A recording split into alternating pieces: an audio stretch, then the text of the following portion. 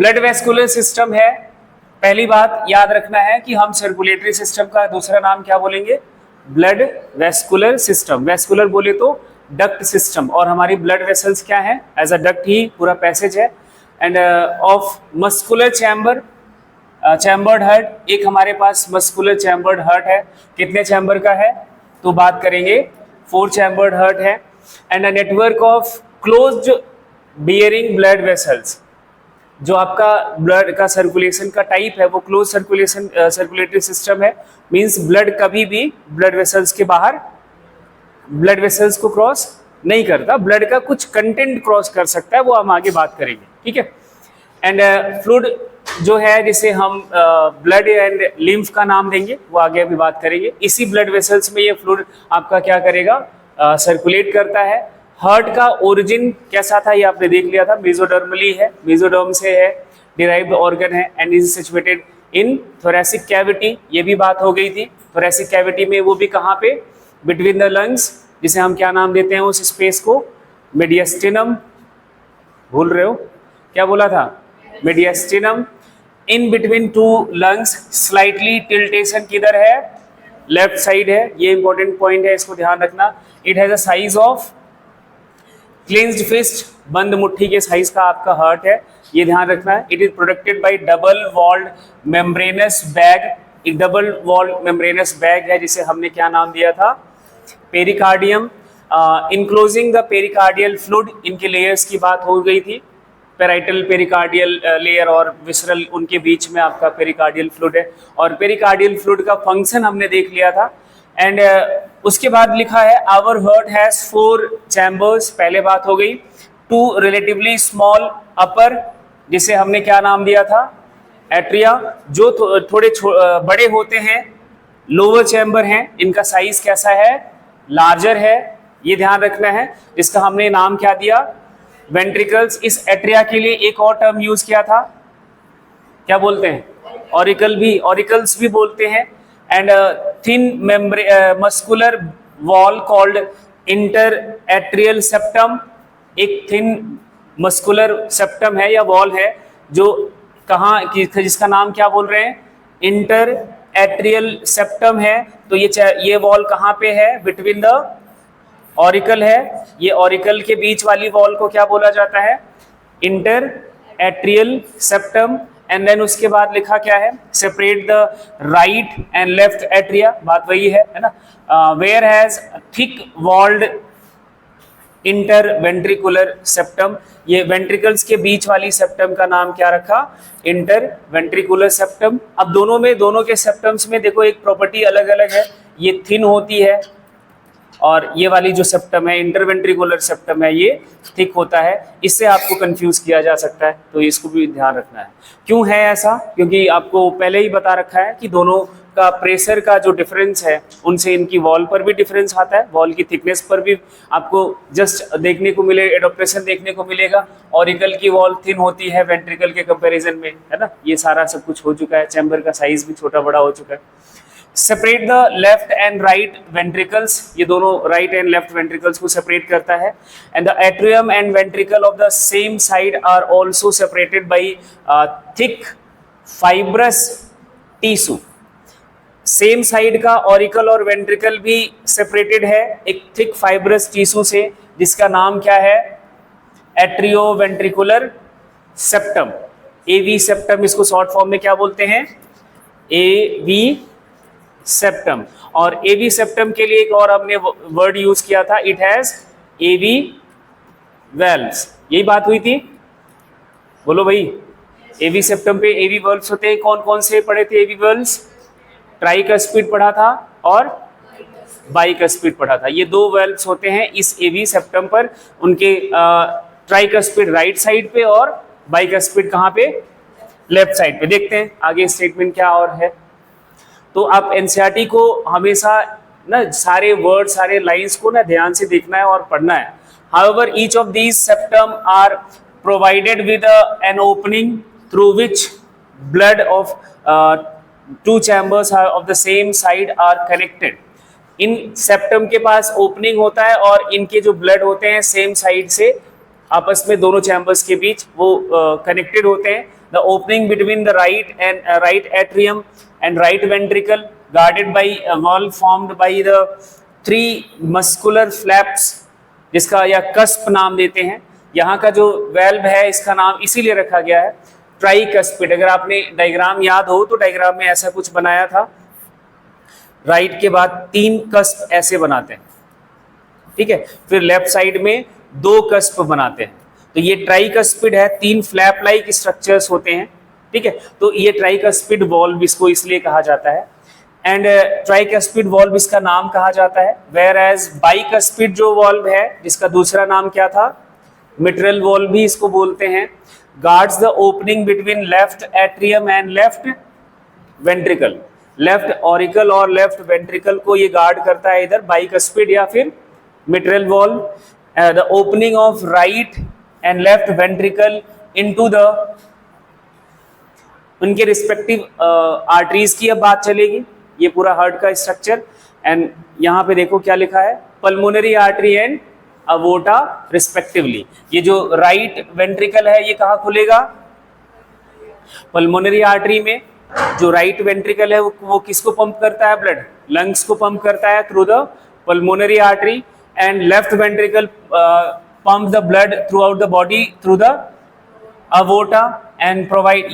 इनके ओपनिंग्स पर भी हमने किसकी बात की थी, वेल्व्स की बात की थी। यहाँ पे भी वेल्व्स होते हैं, इनका नाम, ये जो पल्मोनरी आर्टरी की ओपनिंग पर वेल्व है उसका नाम क्या है, सेमिल्यूनर वॉल्व।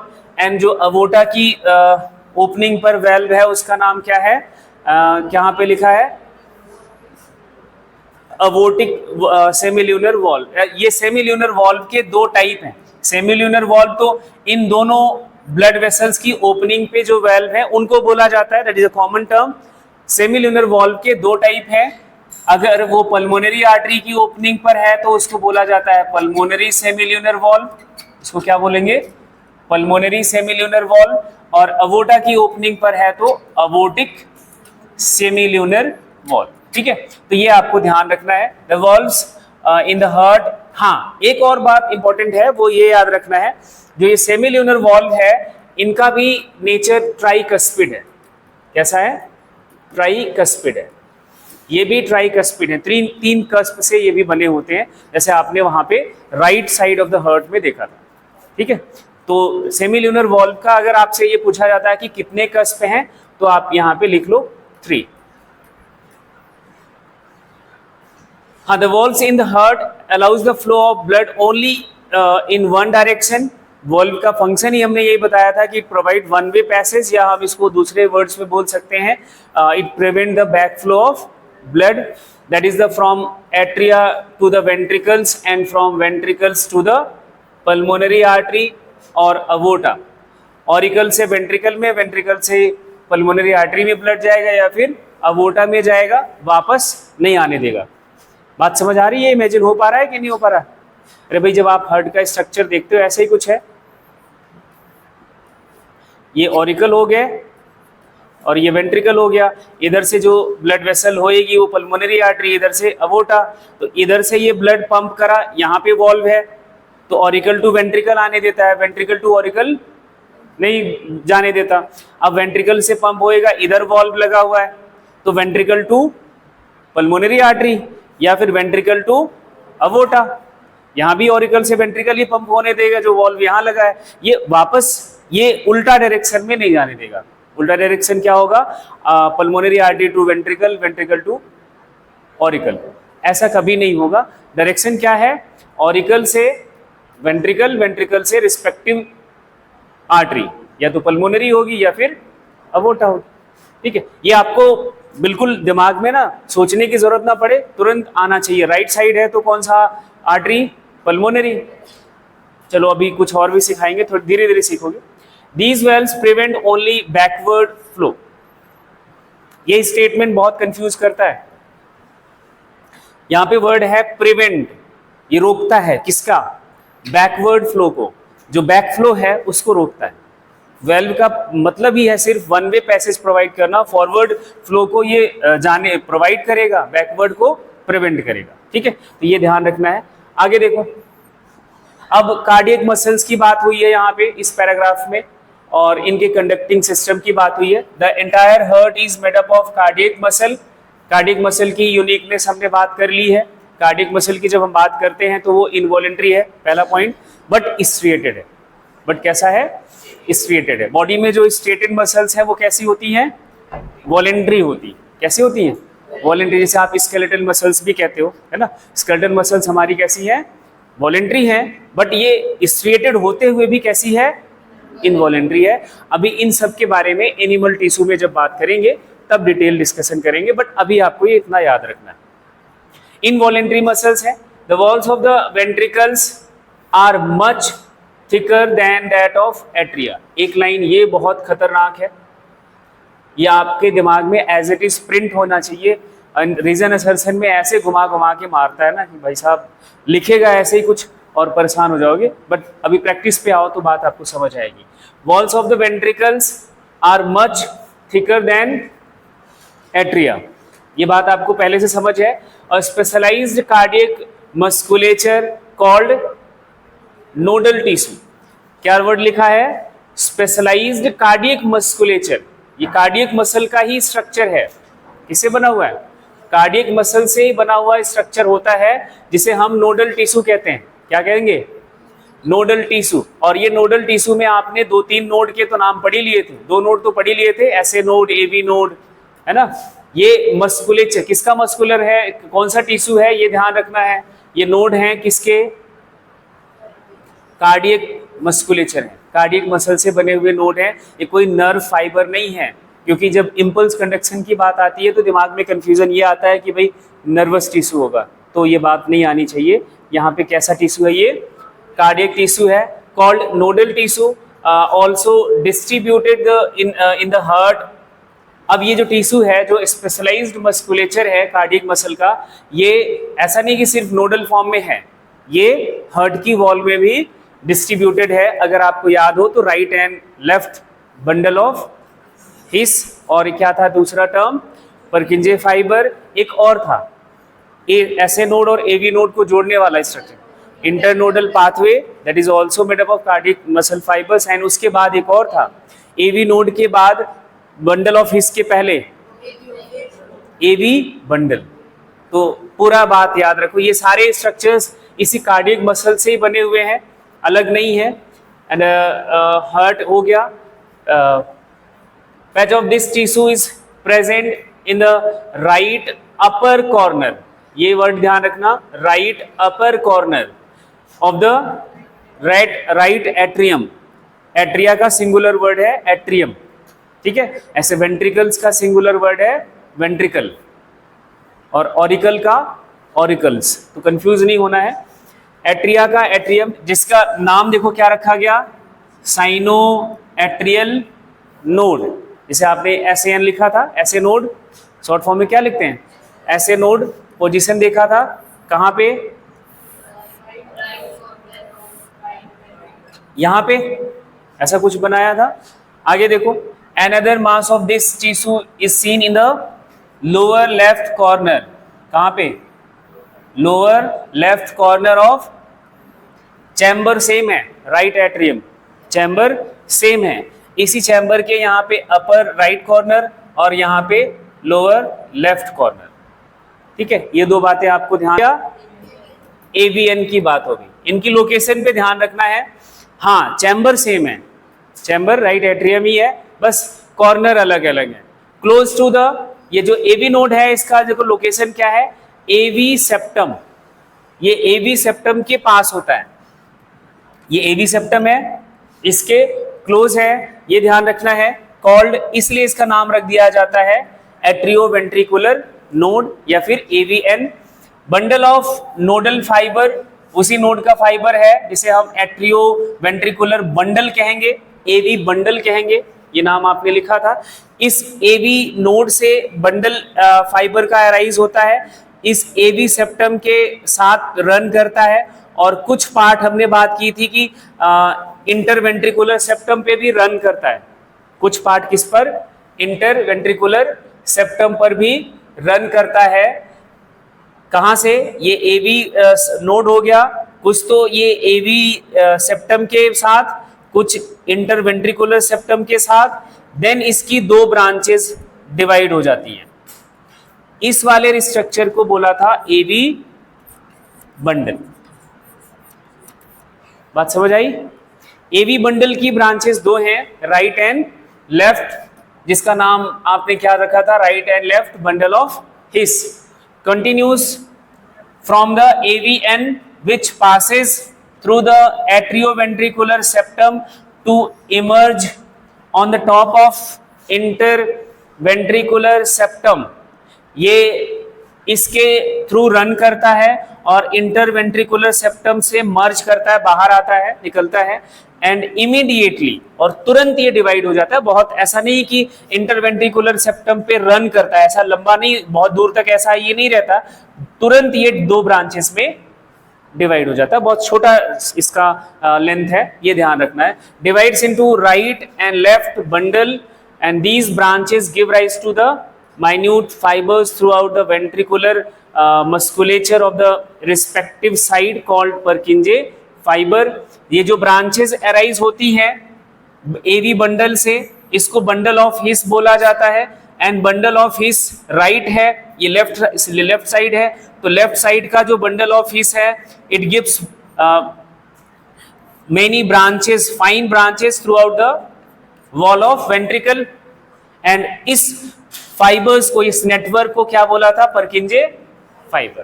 ठीक है, इतनी बात आपको यहां से समझ के रखनी है। These fibre along with right and left bundle, ध्यान से इधर देखो, दीज, ये भी स्टेटमेंट बड़ा इंपॉर्टेंट है। These fibres along with right and left bundles are known as bundle of His. इनको क्या बोलेंगे, bundle of His. The nodal musculature has ability to generate action potential without any external stimuli। ये important line है। ऐसे node और AV node जो है ये इंपल्स जनरेट कर सकता है विदाउट एनी एक्सटर्नल स्टिमुलाई, मतलब बाहर से कोई स्टिमुलस की जरूरत नहीं है और ये इंपल्स जनरेशन करेगा। जबकि हमारे नर्वस सिस्टम की अगर हम बात करें तो एक्सटर्नल स्टिमुलाई के लिए वो इंपल्स जनरेट करता है, नर्व फाइबर्स की ये प्रॉपर्टी है। ठीक है, अब जिसलिए इसको इस नोड के लिए एक वर्ड लिखा जाता है ऑटो एक्साइटेबल। ऑटो एक्साइटेबल खुद से ये इंपल्स जनरेट कर रहा है। However the number of action potentials that could be generated in a minute vary at different part of the nodal system। ये हमने डिस्कस कर लिया है। ऐसे नोड जो है वो जनरेट करता है maximum number of action potential that is 70 से 75 पर मिनट।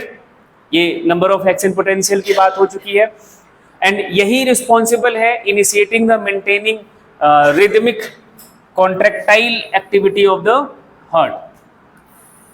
अगर ऐसे नोड इंपल्स जनरेशन बंद कर दे तो हमारा जो rhythmic contractility of the heart है दैट शुड बी वो स्टॉप हो जाएगा। Therefore it is called pacemaker. इसलिए इसको क्या बोलते हैं, पेसमेकर। पेसमेकर क्या होता है, जो हार्ट के बीटिंग या कॉन्ट्रैक्ट रिलैक्स करने का रेट है वो डिसाइड करेगा। आप रेगुलेटर से समझ सकते हो पेसमेकर। ये वर्ड जब लिखा जाए तो आपके नेचुरल पेसमेकर की बात हो रही है। अभी जब डिसऑर्डर्स पे आओगे तो हम एक पेसमेकर ऐसे भी लिखेंगे। जब इस तरह से क्वेश्चन में पूछ लिया जाए तो बात समझ जाना कि ये नेचुरल वाले पेसमेकर की बात नहीं हो रही है, ये आर्टिफिशियल पेसमेकर की बात हो रही है। लिखा ही ऐसा जाएगा कैपिटल लेटर में। ठीक है, our heart normally beats 70 to 75 times per minute. Average value ये याद रखना है। ठीक है, 72 टाइम्स पर मिनट। ये सब बातें हो चुकी हैं। मैं एनसीईआरटी पे ये सारे स्टेटमेंट्स दिखा रहा हूँ कि आपको ये सारी चीज़ें एक बार जरूर से पढ़नी है। कार्डियक साइकिल की भी बात हमने कर ली है, यहाँ भी देख लो। How does the heart function, कैसे हमारा हार्ट फंक्शन कर, how does the heart function, हमारा हार्ट काम कैसे करता है। और जो ये स्टेटमेंट्स हैं ये समझ गए, ये सीक्वेंस में समझ गए तो आपकी बात बन जाएगी, फिर आपको कोई समस्या नहीं आएगी। जो कार्डियक साइकिल आपने बनाया है वहां से आपको क्लियर हो जाएगा। To begin, all the 4 chambers of heart are in relax state. Cardiac cycle का स्टार्टिंग पॉइंट क्या होता है, दैट इज द जब भी चारों चैम्बर हमारे क्या हो, रिलैक्स्ड हो। और जॉइंट डायस्टोल ऐसे ही कुछ पढ़ा था, सारे के सारे चैम्बर आपके रिलैक्स्ड होते हैं, that is the they are in joint diastole. याद आ रहा है सबको, पिक्चर बन रहा है वो 0.8 second. As the tricuspid and bicuspid valves are open. अब मैं इधर देखना ध्यान से, आपके चारों चैम्बर हर्ट के, ये राइट साइड हो गया, लेफ्ट साइड, ठीक है। यहां पे ट्राइकस्पिड वॉल है, यहां पे बाइकस्पिड वॉल्व है, ठीक है। स्टेटमेंट ध्यान से समझना, as the tricuspid and bicuspid valves are open, blood from pulmonary vein and vena cava. ये जो right side of the heart है, इसमें आके ओपन होता है कौन सा वेन, पल्मोनरी, सॉरी हाँ, इसमें वेना कावा आके ओपन होगा, इधर आके आपका खुलता है वेना कावा, इधर आपका मेन वेना कावा आके खुलता है, मेन वेना कावा, ठीक है। सारे बॉडी पार्ट से ब्लड यही लेके आता है, ठीक है। ये राइट साइड में हर्ट ब्लड आ गया, एंड लेफ्ट साइड में जो लेफ्ट ऑरिकल में ब्लड आता है वो आता है कहां से, पल्मोनरी वेन से। कहां से आता है, पल्मोनरी वेन से आता है। और जैसे ही ये हमारा tricuspid and bicuspid valve open होगा, क्या होगा, ओपन होगा, तो पल्मोनरी वेन एंड वेना कावा का जो ब्लड है वो उनके रिस्पेक्टिव चैम्बर में आ जाएगा। जैसे हम वेना कावा की बात करें तो राइट ऑरिकल में, पल्मोनरी वेन से जो ब्लड आ रहा होगा वो कहाँ आ जाएगा, लेफ्ट ऑरिकल में, ठीक है। फिर से देख लो, pulmonary vein and vena cava flows into the left and right ventricle respectively through the left and right atria, respectively through the left and right atria। अच्छा ठीक है। इसके बाद रिलैक्स होने के बाद इनका जो ये ट्राइकस्पिड एंड बाइकस्पिड वॉल्व है ये ओपन होता है, ओपनिंग की बात करी है। अब कार्डियक साइकिल को याद रखना कि जॉइंट डायस्टोल खत्म होते ही 0.1 सेकेंड किसके लिए सिस्टोलिक फेज था, ऑरिकल के लिए। तो ये जैसे ही ओपन होता है, क्या होता है, ओपन। ओपन कब होगा, जब ये दोनों चैम्बर सिस्टोल करते हैं। दोनों चैम्बर में 0.1 सेकेंड के लिए राइट ऑरिकल करता है, और उसके बाद नहीं, ऑरिकल दोनों करेंगे, दोनों ऑरिकल एक साथ ही करेंगे 0.1 सेकेंड के लिए। तो 0.1 सेकेंड में ये कॉन्ट्रैक्ट करेगा, सिस्टोल की फेज में आएगा, तो ये दोनों वॉल्व ओपन होते हैं। जो ब्लड इसमें होगा, कहाँ पे, रिस्पेक्टिव ऑरिकल में जो ब्लड होगा, जो कि वेना कावा और पल्मोनरी वेन से आया होगा, इधर से प्योर ब्लड, इधर से इम्प्योर ब्लड, वो आ जाएगा इनके राइट वेंट्रिकल और लेफ्ट वेंट्रिकल से। यही बात करी है, इनके वेंट्रिकल्स में आ जाएगा through the left and right atria. अब उसके बाद आ जाओ, this the semilunar valves are closed at this stage.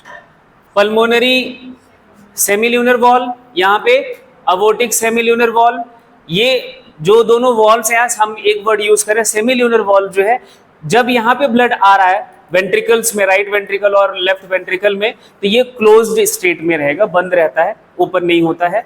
क्यों नहीं होता है, वो आप कार्डियक साइकिल को अगर दिमाग में रखोगे तो जो आपका 0.8 सेकेंड है, इसमें से ये जो 0.1 सेकेंड है, इस इतने टाइम के लिए ही ऑरिकल कॉन्ट्रैक्ट करता है, और उसके बाद वेंट्रिकल का कॉन्ट्रैक्शन शुरू होता है ना। वेंट्रिकल का कॉन्ट्रैक्शन इस 0.1, इस 0.1 और इस 0.1 में होता है। तो जब ब्लड आ गया कहाँ पे, वेंट्रिकल्स में, तब तक ये सेमिल्यूनर वॉल्व क्लोज रहेगा। जब वेंट्रिकल कॉन्ट्रैक्ट करेगा, करना स्टार्ट क्या करेगा, तब हमारा ये सेमिल्यूनर वॉल्व ओपन होगा। आगे देखो नेक्स्ट पॉइंट क्या लिखा है, SAN now generates an action potential which stimulate both atria to undergo simultaneous contraction, the atrial systole जिसे हम बोलेंगे। पहले वॉल्व ओपन होता है, क्या होता है, वॉल्व ओपन होता है, एट्रिया सिस्टोलिक फेज में नहीं गया है। अब थोड़ी चीजें आपको ना बदलती हुई बार बार ऐसे दिखेंगी, बट एक साथ नहीं बोला जा सकता, इसलिए आपको एक एक बार में कुछ चीजें समझ आएंगी। एबी वॉल्व खुला, ब्लड कहाँ आ गया, वेंट्रिकल में आ गया। अभी ये कॉन्ट्रैक्ट नहीं हुआ है, ये कॉन्ट्रैक्ट नहीं हुआ है। कॉन्ट्रैक्ट नहीं होने से पहले ही 70% blood of the auricle reaches into the respective ventricle. कितना ब्लड? क्योंकि अगर आप देखोगे लोकेशन की पोजीशन जो है, ऑरिकल ऊपर है, वेंट्रिकल नीचे है, तो डाउन हिल कोई भी फ्लो है, वो लिक्विड है, वो फ्लो कर सकता है। तो ये 70% ब्लड जो है वो आराम से सिर्फ वॉल्व ओपन होने से वो नीचे की तरफ आ जाता है।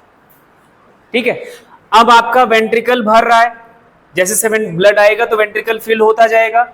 अब आप कहोगे कि ये 30% ब्लड क्यों नहीं आएगा, 30% ब्लड क्यों नहीं आएगा? तो वेंट्रिकल फिल हो जाता है नॉर्मल कंडीशन में, जो नॉर्मल उसका वॉल्यूम है वो फिल हो जाता है। तो ये 30% जो ब्लड है इनके रिस्पेक्टिव ऑरिकल में ही रह जाता है।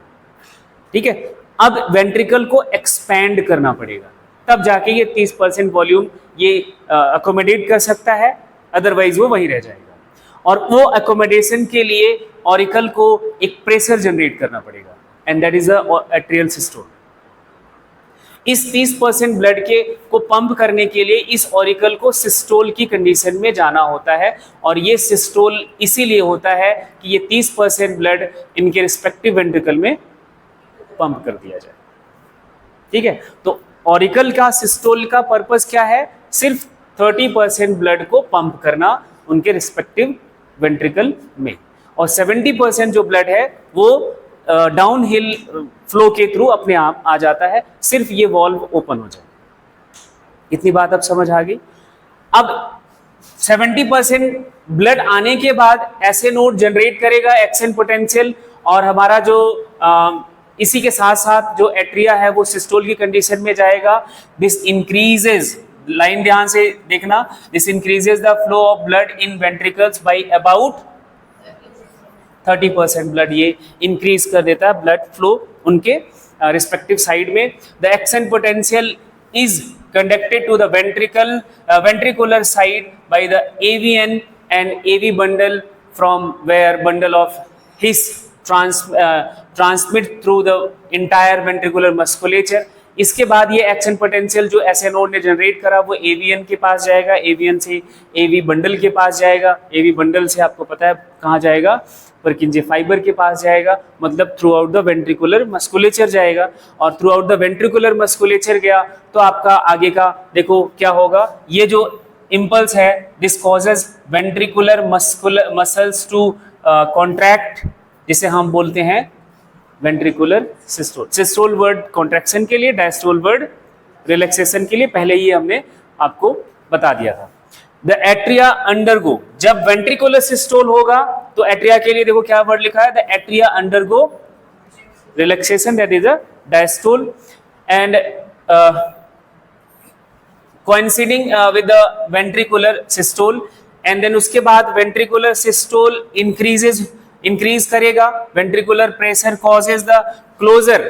अब देखना ध्यान से, ऑरिकल कॉन्ट्रैक्ट नहीं करा था तभी ये खुल गया वॉल्व, ठीक है, और ब्लड चला आया, ब्लड यहाँ पे फिल्ड हो गया, ये कॉन्ट्रैक्ट करा, 30% ब्लड और ऐड हो गया वेंट्रिकल में, तब जाके ये आपका एवी वॉल्व क्लोज हो जाता है। 0.3 सेकेंड के लिए क्लोज होता है, और इसी क्लोजर से ही आपका क्या प्रोड्यूस होता है, हार्ट का first sound. By the closure of AV valve produces, अभी वो हार्ट साउंड में हम पढ़ेंगे, first heart sound that is the lub, वो आगे हम बात करेंगे। एंड उसके बाद देखो ये क्या करने के लिए होगा, prevent backflow of blood into the atria, ये पहले डिस्कस हो चुका है। As ventricular pressure increases further, semilunar valve, अब semilunar valve की ओपनिंग होगी। Semilunar valve gardening the pulmonary artery right side में, aorta left side में are forced open, इनके ऊपर प्रेशर बढ़ता है और ये ओपन होंगे, allowing the blood in the ventricle to flow through these vessels into circulatory pathways। ये सर्कुलेटरी पाथवे में फिर ब्लड को आगे अलाउ करेगा, पल्मोनरी आर्टरी से जाएगा लंग्स में, अवोटा से जाएगा through out the body parts. And आगे जो बात स्टेटमेंट है वो ध्यान से देखो, द वेंट्रिकल्स नाउ रिलैक्स। अब वेंट्रिकल फिर से वो 0.3 सेकंड के लिए वो अपना क्या करा, कॉन्सिस्टोल के फेज में गया, तो वो अपना रिलैक्स स्टेट में जाएगा, वेंट्रिकुलर डायस्टोल बोलेंगे। अब आप देखो टाइम पीरियड को ना अपने कार्डियक साइकिल से आप मैच करोगे तभी बात बनेगी। And the ventricular pressure falls causing the closure, जैसे ही प्रेशर कम होता है वेंट्रिकल का, that causing the closure of semilunar valve and it produces second heart sound. But ये साउंड की बात अलग हम करेंगे, बट इसका क्लोजर का पर्पस ये है कि it prevent backflow of blood from into the ventricle from pulmonary artery and aorta. Aorta से और पल्मोनरी आर्टरी से फिर से ब्लड हमारा वेंट्रिकल्स में ना आए, ये इंश्योर करता है सेमील्यूनर valve. As a ventricular pressure declines further, the tricuspid and bicuspid valves are pushed open by the pressure of in atria। अब ध्यान से यहाँ पे सोचने की जरूरत है, जब आपका वेंट्रिकल सिस्टोल कर गया, सारा ब्लड चला गया बाहर, बाहर बोले तो अवोटा एंड पल्मोनरी आर्टरी में चला गया, वेंट्रिकल खाली, सिस्टोल के बाद वो रिलैक्स कर गया, तो वहां का वॉल्यूम बढ़ गया, आपके वेंट्रिकल का वॉल्यूम बढ़ गया। जब वॉल्यूम बढ़ा तो प्रेशर डाउन, एंड जब ये प्रेशर लोअरिंग होता है दैट उस दौर में, इस दौर में आपका जो ऑरिकल था वो सिस्टोल पहले से ही कर रहा था, 0.1 सेकंड के बाद वो सिस्टोल के कंडीशन में चला गया था। And he that both chambers receive the blood, दोनों चैम्बर में ब्लड आ रहा था, ऑरिकल में वो रिसीव कर रहा था क्योंकि वहां पे वॉल्व लगा नहीं है, वो धीरे धीरे ब्लड आ रहा था, ठीक है। अब वहां पे कुछ ब्लड आ चुका होगा ऑरिकल्स में, वहां का प्रेशर ज्यादा हो गया, किसके कंपैरिजन में, वेंट्रिकल के कंपैरिजन में, and that pressure causes the opening of AV valve. AV valve open होगा और वो ब्लड जितना आ चुका होता है उस दौर में वो ऑरिकल के पास, that blood passively move into the ventricles. बस वल्व ओपन हुआ, ब्लड नीचे गिर गया, ये बात होती है। अब उसके बाद जो 0.4 सेकेंड अभी बचा है, ये 0.4 सेकेंड की कहानी चल रही थी, 0.4 सेकेंड जो जिसमें ज्वाइंट डायस्टोल में जाना है, अब सारे चैम्बर फिर से क्या है, रिलैक्स स्टेट में है, ऑरिकल में ब्लड आ रहा है, एवी वल्व्स ओपन है, ब्लड सीधा आपका वेंट्रिकल में आता जाएगा, एंड वो लगभग ब्लड होता है 70%। उसके बाद जैसे जैसे हमारा वेंट्रिकल भर जाता है, क्योंकि 0.4 सेकेंड में ब्लड आएगा ही और वो और वेंट्रिकल तक आएगा, वेंट्रिकल भर के लगभग हमारा ऑरिकल जो जिसमें थोड़ा मीन्स हम कहेंगे 30% ब्लड आ चुका होता है, जो उनका वॉल्यूम मिलता है, एंड देन वो आपका ऑरिकल कॉन्ट्रैक्ट करके एडिशनल ब्लड को पंप कर देता है वेंट्रिकल को रिस्पेक्टिव साइड के, देन एवी सेप्टम जो है, एवी वॉल्व्स जो है वो बंद हो जाते हैं। By the pressure in atria exerted by the blood which was being emptied into the them by the veins, जो ब्लड ऑरिकल्स में वेन्स के आया था, वही ये प्रेशर कॉज करता है जो एवी सेप्टम, एवी वॉल्व को ओपन करा देता है। The blood now once again move freely, freely word यहाँ पे पैसिवली, पैसिव कंडीशन के लिए वो आप यूज करोगे, फ्रीली टू द वेंट्रिकल्स, ये ब्लड फ्रीली या पैसिवली मूव कर जाते हैं वेंट्रिकल्स के पास। The ventricles and atria are now again in relaxed, that is the joint diastole, and joint diastole as a earlier, जैसे हमने पहले ही देखा है, सून जॉइंट डायस्टोल के जस्ट बाद ऐसे नोड जो है वो जनरेट करता है नए एक्शन पोटेंशियल को, और नया एक्शन पोटेंशियल ये बात इंश्योर करता है for the 0.1 second of the contraction of auricles।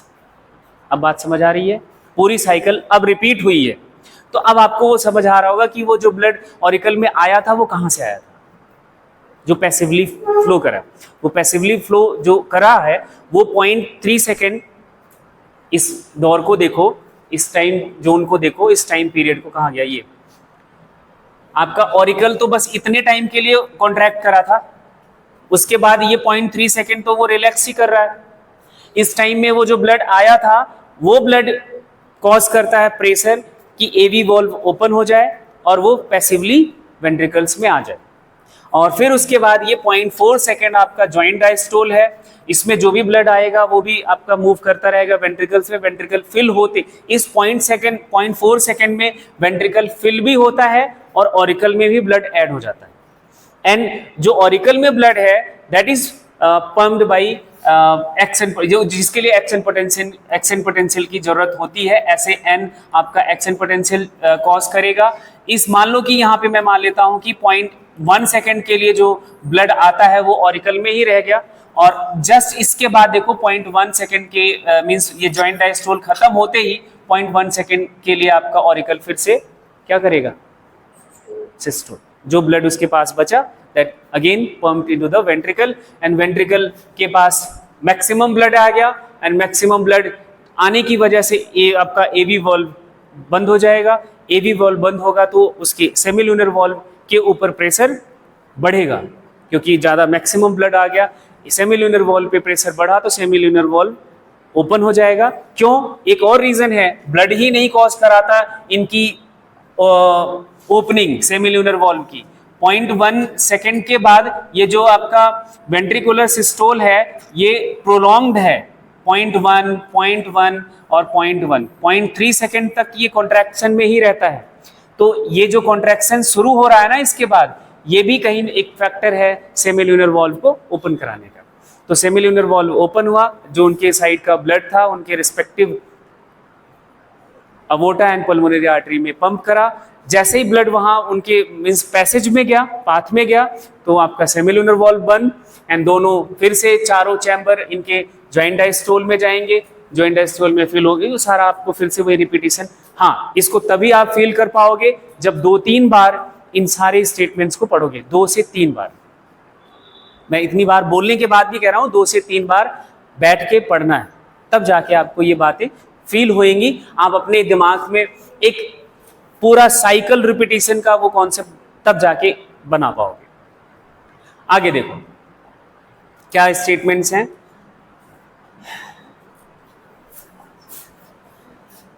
An event described above the repeat in this sequence and the process continues.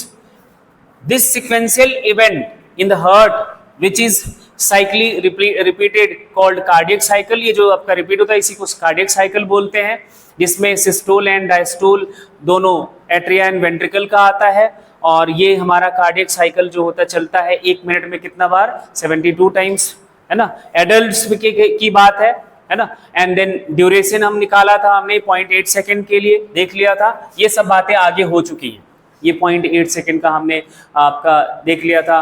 Atrial activity, ventricular activity, ये 0.8 सेकेंड में क्या करता है, 0.7 सेकेंड के लिए क्या करता है, ये डायस्टोल की कंडीशन में जाता है, 0.1 के लिए सिस्टोल। ये सारी चीज़ें आपके सामने आ चुकी हैं। अभी स्टेटमेंट आपको बस ऐड करना था, स्टेटमेंट आपने ऐड कर लिया। और अब जो बात करनी है वो